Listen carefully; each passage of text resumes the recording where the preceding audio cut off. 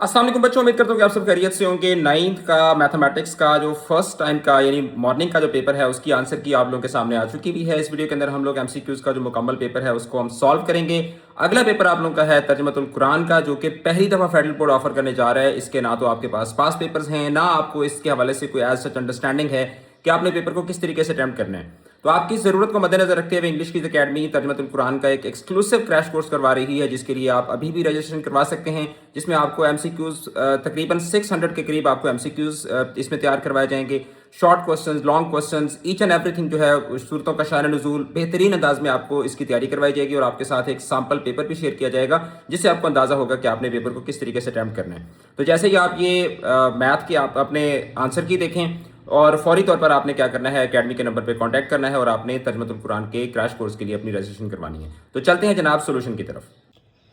तो चलें जी, आपको सोल्यूशन यहाँ पर स्क्रीन पे नज़र आ रहा होगा। पहला जो सवाल है इसका करेक्ट ऑप्शन था 3। दूसरे सवाल का जो करेक्ट ऑप्शन है that is 7.1 multiplied by 10 power 4।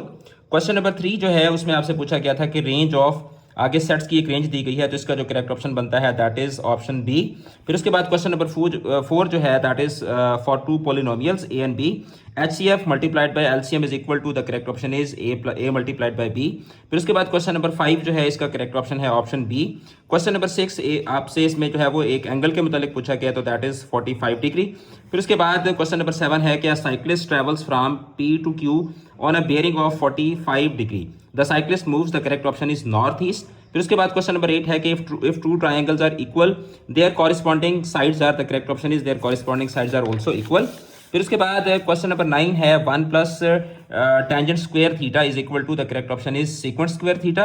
फिर उसके बाद क्वेश्चन नंबर 10 है कि the perpendicular bisectors of sides of triangle meet at the correct option is circumcentre.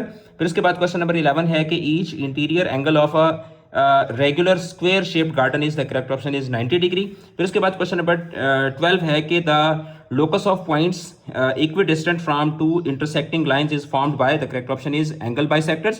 फिर उसके बाद क्वेश्चन नंबर 13 में आपसे मीडियन पूछा गया है, तो दैट इज 47।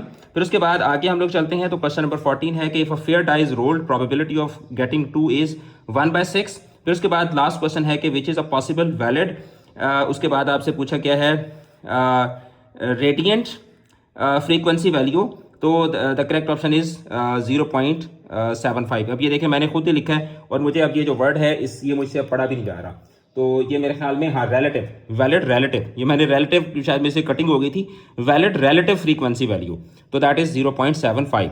तो ये जनाब आपके एमसीक्यूज की आंसर की है। जब इवनिंग का पेपर होगा तो इंशाल्लाह उसकी आंसर की भी आप लोगों के साथ शेयर की जाएगी। तर्जुमतुल कुरान इंग्लिश, इस्लामियात और उर्दू के क्रैश कोर्सेज के लिए एकेडमी के नंबर पर कॉन्टैक्ट करके आप अपनी रजिस्ट्रेशन करवा सकते हैं। Thank you so much.